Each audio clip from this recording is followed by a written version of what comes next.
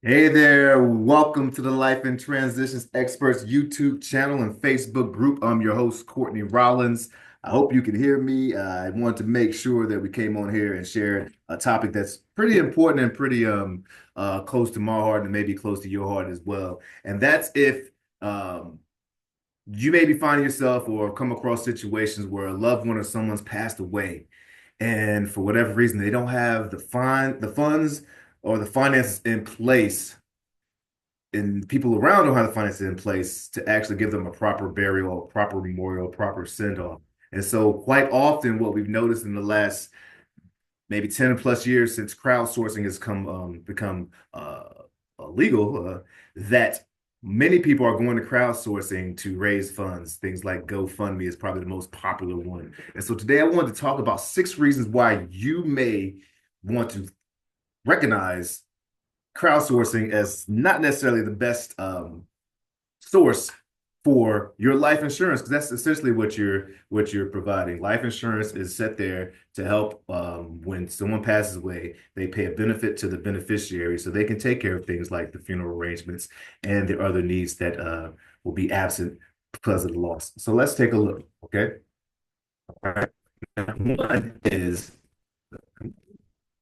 the uncertainty of the fundraising success. You know, when you're setting out funds, you're hoping that you're going to get back what you're the energy you're putting out, but it may be uncertain. You may not be able to raise the amount of funds. So not being certain and knowing that you have this set aside benefit here can be very challenging. It can cause a lot of alarms and not help you. It can cause a lot of stress, as we'll talk about down the road as well. Number two, there's constraints. The person's body is laying in wait, or the actual need to heal is evident. However, if you're spending time or someone's spending time raising the funds to be able to take care of paying the funeral director or paying for these different services, that is a challenge. So that time constraint is challenging as opposed to already having your benefits in place. Also, it's public and there's exposure that way. There's several things. One, people knowing that funds are being raised, as well as sometimes there can be shame and other things associated with having to raise funds. Now, if you find yourself having to raise funds to pay for a loved one, you should not feel shame.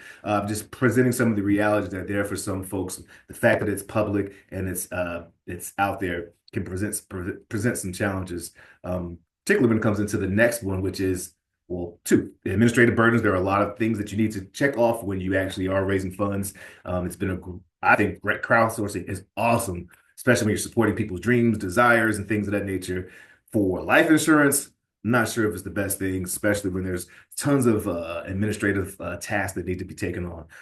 As opposed to having some type of benefits in place where all that paperwork, all that stuff is taken care of. If you've done your part, you're doing your part, and your family will receive those benefits because you did your part. And there is a high chance of misuse of funds. Who's directing it? Who's in charge? Who's actually going to be responsible for distributing the money and putting it in the place that the GoFundMe said it's going to go to? So those can be some challenges. That's number five. Number six is just simply lack of long-term planning. I believe Proverbs, is it 28:12, speaks about making sure that you have a plan. A good man leaves an inheritance for his children's children. And so we want to make sure that we may not be able to leave millions of dollars, but we can actually leave some stuff in place that makes our transition not a burden for our families. GoFundMe as a source for life insurance is just shows lack of long-term financial planning. And we should have a vision and we should plan. And number seven, the emotional toil. This is probably number one. People process differently. However, if you're spending time needing to or stressing over how you're actually going to give your loved one, or even stressing over how your loved ones are going to give you the proper send off or transition, that's just emotionally taxing, where you could be spending your time and your energy actually processing the loss and processing the new state that you're in and honoring the legacy. If anybody wants to have a conversation about this, or are looking for ways that you actually can fund your end of life benefits, as well as even your living benefits, definitely reach out to me. I love connecting people to great resources. I'm not claiming to be an attorney or a lawyer or giving financial legal advice. I'm sharing my opinion. It has been helpful to many people. Check out our reviews. In fact, if you have questions, thoughts, or concerns at all, DM me, reach out to me. We can have a conversation. Courtney at estateproservice.com.